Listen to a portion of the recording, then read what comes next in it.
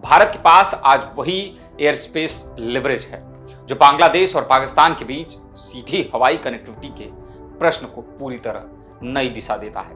ढाका कराची सीधी उड़ानें तभी संभव है जब भारतीय वायु क्षेत्र के ऊपर से ओवरफ्लाइट की अनुमति मिले। भारत के ऊपर से उड़ान न मिलने की स्थिति में ढाका कराची मार्ग दोनों देशों की एयरलाइन के लिए घाटे का सौदा बन जाता है। यदि भारत यह अनुमति देता है तो वह केवल आर्थिक व्यवहार्यता नहीं बल्कि क्षेत्रीय स्थिरता और भरोसे के संकेत भी देखेगा।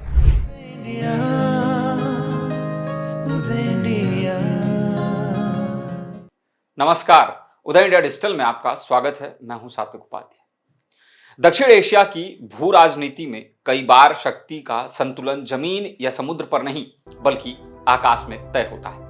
भारत के पास आज वही एयर स्पेस लिवरेज है जो बांग्लादेश और पाकिस्तान के बीच सीधी हवाई कनेक्टिविटी के प्रश्न को पूरी तरह नई दिशा देता है। ढाका कराची सीधी उड़ानें तभी संभव है जब भारतीय वायु क्षेत्र के ऊपर से ओवरफ्लाइट की अनुमति मिले। इस अनुमति के अभाव में एक 3 घंटे और 2300 किलोमीटर की यात्रा 5800 किलोमीटर और लगभग 8 घंटे के आर्थिक रूप से अव्यावहारिक चक्कर में बदल जाती है। यह केवल तकनीकी तथ्य नहीं बल्कि रणनीतिक वास्तविकता है। हवाई मार्गों की अर्थव्यवस्था बेहद संवेदनशील होती है। ईंधन लागत, क्रू टाइम, विमान उपयोगिता और टिकट मूल्य सब कुछ दूरी और समय से जुड़ा होता है।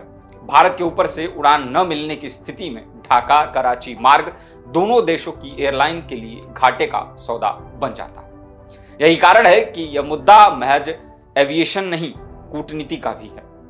विदेश मंत्रालय ने स्पष्ट कर दिया है कि विषय मौजूदा समझौतों के तहत देखा जाएगा, यानी अंतिम निर्णय राजनीतिक नेतृत्व के विवेक पर निर्भर। व्यावहारिक अर्थों में यह फैसला प्रधानमंत्री नरेंद्र मोदी के हाथ में। यहाँ सवाल यह नहीं कि भारत को अपनी संप्रभुता का उपयोग करना चाहिए या नहीं, वह तो निर्विवाद है। असली प्रश्न यह है कि इस लिवरेज का इस्तेमाल किस उद्देश्य से किया जाए। पिछले वर्षों में भारत ने क्षेत्रीय कनेक्टिविटी को बढ़ावा दिया है, बशर्ते पड़ोसी देशों का व्यवहार पारस्परिक सम्मान और सुरक्षा हितों के अनुरूप रहा हो।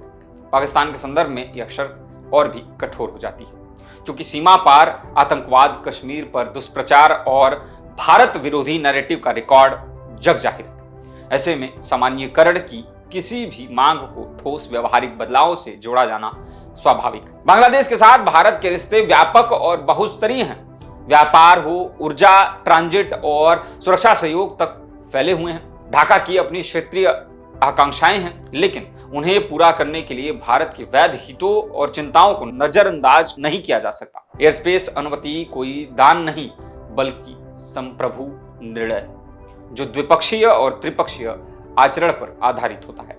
यदि भारत यह अनुमति देता है तो वह केवल आर्थिक व्यवहार्यता नहीं बल्कि क्षेत्रीय स्थिरता और भरोसे के संकेत भी देखेगा। यह भी याद रखना चाहिए कि अंतर्राष्ट्रीय कानून देशों को अपने वायु क्षेत्र पर पूर्ण अधिकार देता है।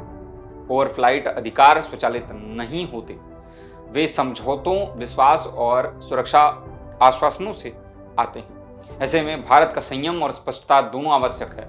संयम इसलिए कि निर्णय को प्रतिशोध की तरह न देखा जाए और स्पष्टता इसलिए कि शर्तें असंदिग्ध हों। आतंक के प्रति शून्य सहिष्णुता, भारत विरोधी गतिविधियों से परहेज और क्षेत्रीय जिम्मेदारी का पालन। अंततः यह मामला इस बात की कसौटी है कि भारत अपनी बढ़ती सामरिक हैसियत का उपयोग कैसे करता है। आकाश में मिली यह बढ़त भारत को दबाव की भाषा नहीं बल्कि शर्तों की स्पष्ट राजनीति बोलने का अवसर देती है। यदि अनुमति मिलती है तो वह भरोसे का पुरस्कार होगी, यदि नहीं मिलती तो यह संकेत होगा कि भारत अब केवल शब्दों पर नहीं कर्मों पर विश्वास करता है। दक्षिण एशिया की उड़ानें तभी सहज होंगी जब जमीन पर नीति और नियत दोनों स्पष्ट होगा। आज की इस कड़ी में बस इतना ही और भी खबर के लिए देखते रहिए उदय इंडिया डिजिटल। धन्यवाद।